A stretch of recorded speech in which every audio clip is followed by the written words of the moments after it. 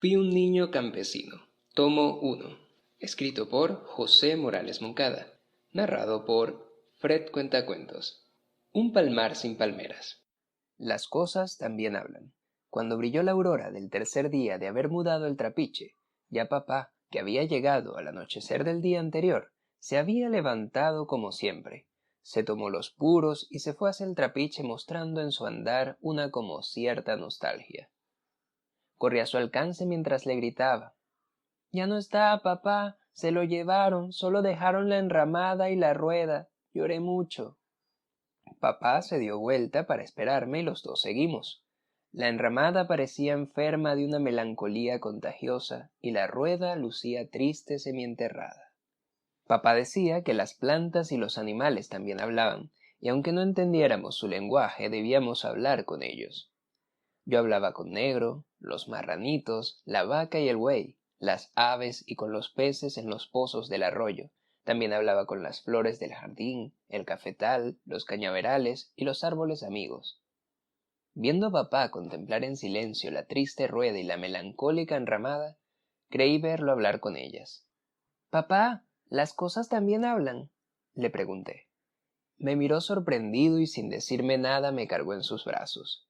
Al llegar a la rueda, la examinó detenidamente en su eje, acarició sus aspas, intentó moverla y se alejó sin dejar de mirarla unos instantes más, como si le hablara. En la enramada solo quedaban vestigios del trapiche: los burros, el matacho, los huecos de las bases, el horno maltrecho y lleno de los ladrillos rotos al quitar las pailas. La troje del bagazo era lo único que permanecía intacto, y a los ojos de papá parecía avergonzarse, porque ya no podría alimentar más el horno. Papá miró todo aquello por largo rato y luego, fijando su vista en la era, se inclinó. Me colocó en ella, mientras recogía de entre el bagazo regado por el piso un diente del tambor mayor. Al mirarlo reconocí que era el mismo arrojado por el jefe de los desmanteladores. Lo habían olvidado, quedando como testigo mudo de una acción innoble. Mamá me había prohibido decir lo sucedido en el trapiche y callé sin querer.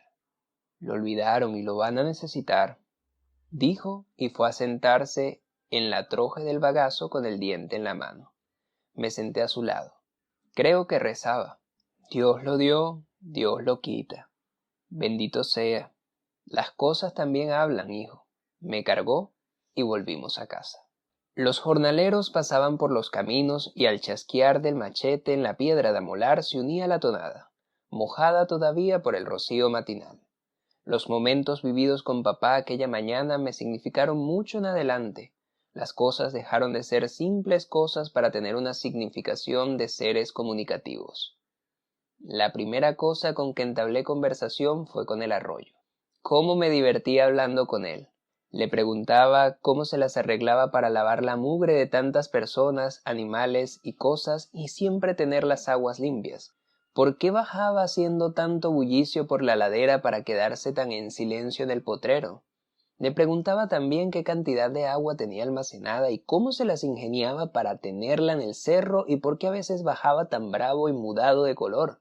Y el arroyo se convertía en una canción dulcísima que se remontaba hasta las fuentes de sus aguas y descendía llena de amor. Embriagaba en los perfumes de la silvestre flora para irse por todo el cauce hasta convertirse en exhalación lejana en el fondo del barranco, donde el arroyo se confunde con la quebrada ciscatera en un beso eterno. Le pasaba mis preguntas por tener ella más experiencia. Muchas veces hablaba con el arroyo porque fue la que más quise de todas las cosas identificadas con mi casa en el palmar.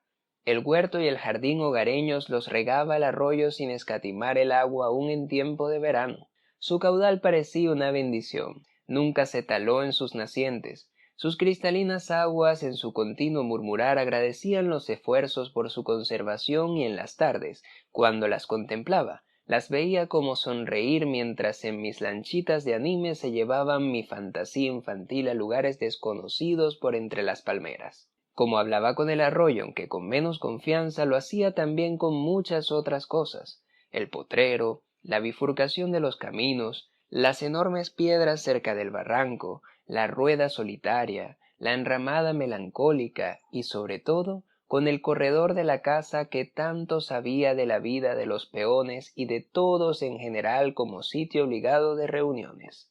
Qué de cosas me contaba los bancos que todas las tardes mataban el cansancio de los jornaleros y en donde quedaba vencida la fatiga de tantos que hacían un alto en el camino.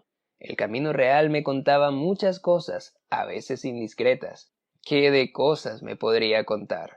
Algo con que sentía casi una necesidad de hablar era con la gran quebrada ciscatera.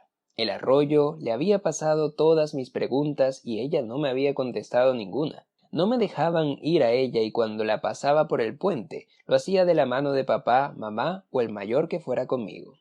Le tenían miedo por su caudal y sobre todo por el remolino, del que decían y dicen tantas cosas. Está al norte del puente, es un gran pozo arrimado a una gigantesca piedra que infunde respeto y dizque se tragaba enteras a las personas que osaban meterse en él. Corría una conseja de que en cierta ocasión una mujer, seducida por la tranquilidad aparente de las aguas y la hospitalidad de la gran piedra, penetró hasta el fondo del pozo y no se la vio más. Creo haber oído decir que al caer la tarde, cuando la paz de los campos se hacía más presente, se oía al pasar por el puente el alarido lastimoso de una mujer. Años más tarde, ya en Monte Tabor, de regreso de la escuela, me permitían bañarme en los pozos al sur del puente con mis compañeros de clase, pero nunca nos fue permitido ni siquiera acercarnos al pozo arrimado a la gigantesca piedra. El puente vibraba bajo los pies, mientras abajo las aguas me hablaban. «Eres el niño preguntón. El arroyo me hablaba mucho de ti. Sigue preguntando». Pero no contestaba mis preguntas. Pasarían muchos años hasta que un día, regresando de una prolongada ausencia, en mitad del puente sonreiría alegremente. «Ya sé tus secretos. Vienes del norte y vas al sur. Hoy estás aquí y mañana estarás arriba. A veces tomas lo que no te corresponde, te creces y mudas de colores, pero pronto te deshaces de lo que no es tuyo. El sol y las nubes están allá, arriba, y también hablan». La quebrada entonces sonreiría también. El arroyo te espera, y una canción dulcísima llevaría la brisa por todo el cauce de la quebrada. Las cosas también hablan. Y esta historia continuará en el siguiente capítulo. No te olvides suscribirte a mi canal para seguirte contando más historias. Nos seguimos escuchando. Un abrazo de tu amigo Fred Cuentacuentos.